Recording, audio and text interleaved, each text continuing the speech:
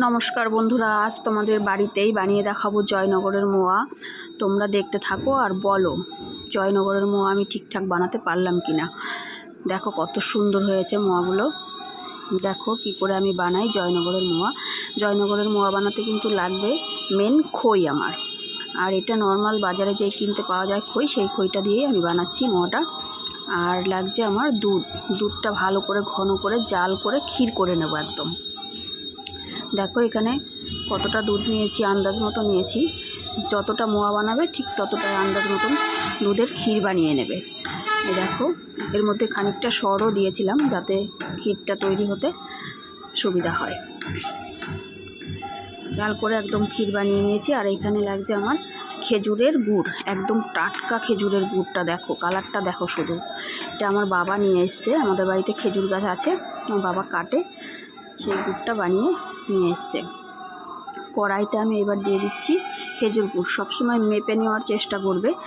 গ্লাসে করে আমি মেপে নিয়েছি 1 গ্লাস খেজুর গুড় আর 1 গ্লাস জল দিয়ে পাতলা করে এটা জাল করে নেব আমি। কালারটা দেখো কত সুন্দর। যারা খাঁটি খেজুরের গুড় খেয়েছো তারা নিশ্চয়ই জানো কতটা টেস্ট হয় খেজুরের গুড়, খেতে কত ভালো। এবার এটাকে জাল করে নিয়েছি, একটু ফুটিয়ে নিলেই হয়ে যাবে।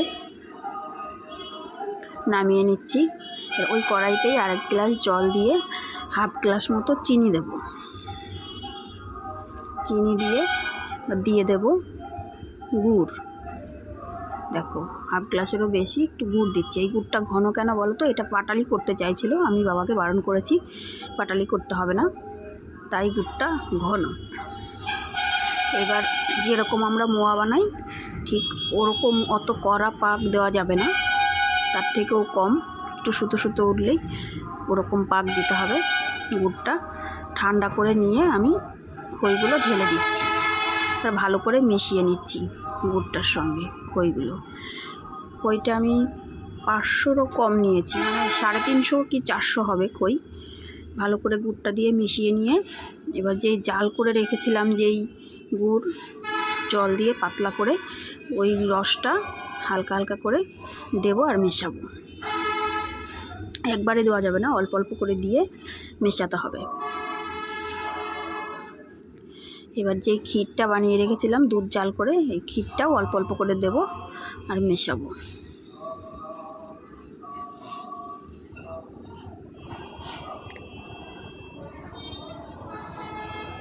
ভালো করে মেশাতে হবে যেন একদম মানে খইয়ের সঙ্গে ভালো করে মিশে যায়। এবার লাগছে আমার খোয়া ক্ষীর। খোয়া ক্ষীরটাও গুঁড়ো করে নিয়ে আমি অল্প অল্প করে দিয়ে মিশিয়ে নেব।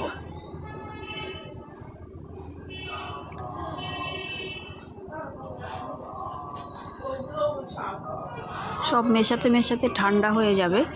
এবার হাত দিয়ে ভালো করে মেখে আমি মোয়াগুলো বানাবো।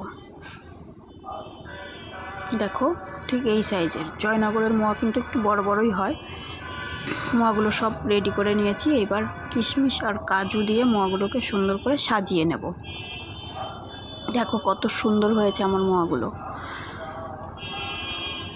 এবার ওই খোয়া ক্ষীর উপর দিয়ে গ্রেট করে দেব। দেখো যারা যারা জয়নগরের মোয়া খেয়েছো তারা একবার বানিয়ে খেয়ে দেখো, ঘরে বসেই বানানো যাবে জয়নগরের মোয়া। কত সুন্দর হয়েছে দেখো মোয়াগুলো। এখানে আমার 32টার বেশি মোয়া হয়েছে।